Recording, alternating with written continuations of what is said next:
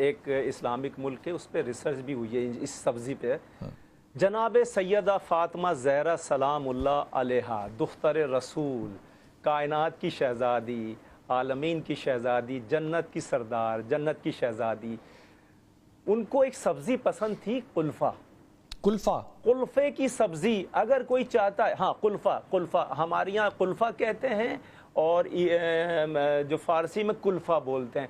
तो कुल्फ़े की जो सब्ज़ी है, जब सीज़न आए उस पूरे सीज़न में उसको खा लिया जाए रोज़ाना दवाई के तौर पे आधी रोटी से। जो ये खाएगा जी, उसको ताहयात डायबिटिक नहीं होगी। ये लिख के रख लें मेरी बात, नहीं होगी।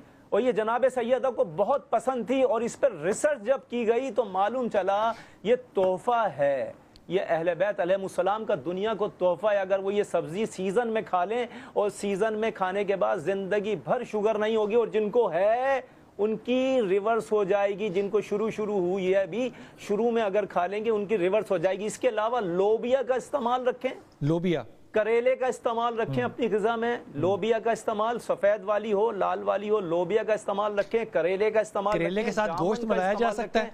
और एक करेला गोश्त तो क्या कहने हैं बिलाल भाई, आपने नाम ऐसा लिया कि मेरे मुंह में पानी आ गया। साथ तंदूर की रोटी भी हो एक तो क्या ही बात है। क्या कहने, क्या इलाज बताया आपने कीम साहब, आपसे मोहब्बत है मुझे, क्या बात है। लोबिया पठान बहुत खाते हैं, इसलिए पठानों के अंदर आपने देखा है डायबिटीज बड़ी कम होती है कम होती है, लेकिन वो लोबिया बहुत खाते हैं। नहीं होती, बिल्कुल बिल्कुल। और लोबिया खाने वाले का मैदा कभी डिस्टर्ब नहीं होता।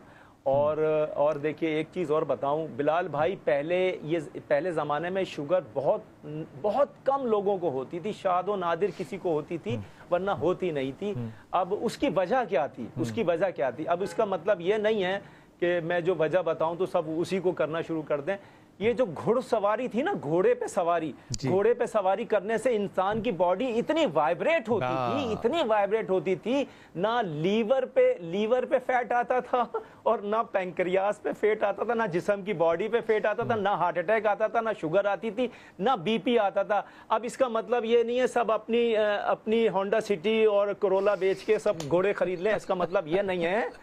अब करें क्या, इजी चेयर ले ले, इजी चेयर ले लें, अच्छी जगह से इजी चेयर लकड़ी वाली ले लें, उस पे बैठें और उस पे बैठ के हिलते रहें।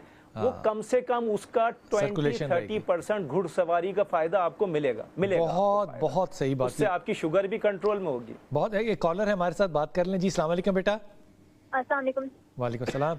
साइमा बेटा, मेरी मम्मा को शुगर है और उनकी शुगर ना कंट्रोल नहीं हो पाती। वो परहेज भी करती हैं लेकिन फिर भी कोई फर्क नहीं पड़ता। हाय, अम्मा को शुगर है तो अम्मा तो बेटा किसी की भी परहेज नहीं करती, ये तो बात मैं तुम्हें पक्की बता दूं। और अगर ज़्यादा कहोगे तो फिर आगे से जो अम्मा करेगी वो भी बर्दाश्त करना पड़ेगा। लेकिन हकीम साहब, वालदा जो हैं वो शुगर की पेशेंट हैं, परहेज करती हैं, लेकिन इसके बावजूद कंट्रोल नहीं होती। तो आपने जो सब्जियां बताई थी ख़ास तौर पे, अगर उनका तज़किरा दोबारा कर दें या कोई भी मशवरा देना चाहें। देखिए ये जो बैंगन होता है ना, बैंगन के पीछे एक डंडी होती है। जी बिल्कुल। बैंगन का पीस होता है इतना बड़ा, उसके पीछे एक डंडी लगी होती है।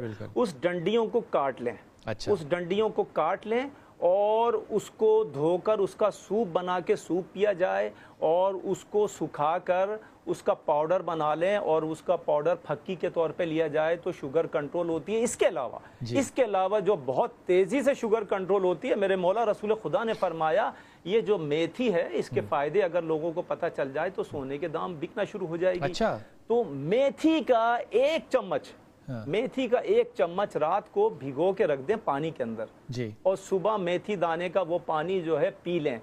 और दिन में मेथी की जो सब्जी है पत्ते वाली अगर अवेलेबल है, वो एक टाइम थोड़ी सी एक आधी रोटी से खा लें। पहले दिन से इस बहन की शुगर कंट्रोल में आएगी, पहले दिन से। अच्छा, ये बैंगन का आपने सूप बनाना है, वो सूप कैसे बनाना है, उस डंडी का सूप कैसे बनाना है? उस डंडियों को एक आधा पाव या 1 पाव डंडियां निकल आई, उसको एक स्टील के भगोने में उबलने रख दें। जब वो पानी आधा रह जाए, मतलब 1 किलो पानी रखा था, आधा किलो रह जाए, चूल्हे को बंद करें, उस पानी को छाने और पी जाए। ठीक, मतलब नीम गरम चुस्कियां लेके घूंट घूंट करके उसको पिए। शुगर को बहुत तेजी से कंट्रोल करती है ये। अच्छा, ये भिंडी भी कंट्रोल करती है, भिंडी का जो पानी होता है?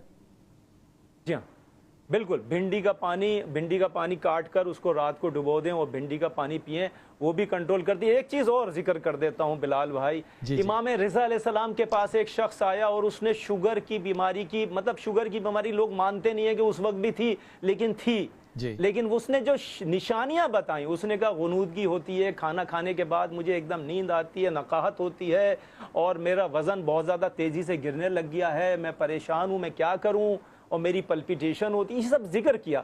तो इमाम रिज़ा अलैहिस्सलाम ने फरमाया कि तुम्हें चाहिए खाना खाने से पहले और खाना खाने के बाद ये जो भुने हुए चने होते हैं, छिलके समेत भुने हुए काले चने छिलके समेत, एक मुट्ठी खाना खाने से पहले, एक मुट्ठी खाना खाने के बाद खा लो, तो तुम्हें ये बीमारी दूर हो जाएगी, ये सब तकलीफें दूर हो जाएंगी। वो करता क्या है, इधर भी चने हैं, उधर भी चने हैं, बीच में खाना है, सारा कोलेस्ट्रॉल और सारी शुगर वो सक कर फुजले के जरिए से बाहर फेंक देता। आपके ब्लड में वो शुगर ना जाएगी, ना कोलेस्ट्रॉल जाएगा।